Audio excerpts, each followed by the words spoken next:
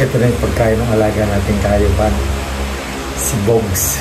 Muli, nandito na naman tayo sa ating mga ginagawa sa buhay na simpleng-simple lang naman, na kung saan si Mr. Peps at yung kanyang anak ay magpapakain nitong mga alagang kahayupan.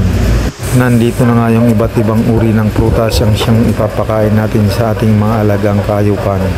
Dapat ang bawat alaga nating kahayupan ay binibigyan natin ng alaga o kaya pinapakain natin ng iba't ibang uri ng prutas. Katulad din natin sila na dapat pakainin natin ng iba't ibang masustansyang prutas o kaya gulay man. Patuloy-tuloy nga muna naming pinipreparasyon yung ipapakain namin sa aming mga alagang kahayupan. Ito na yung pagkain ng alaga nating kahayupan, si Bogs. Paano mga buto?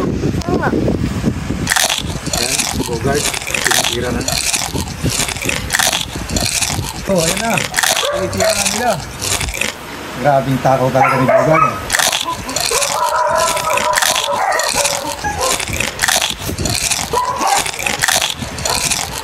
Yung hipong pa. Wala na.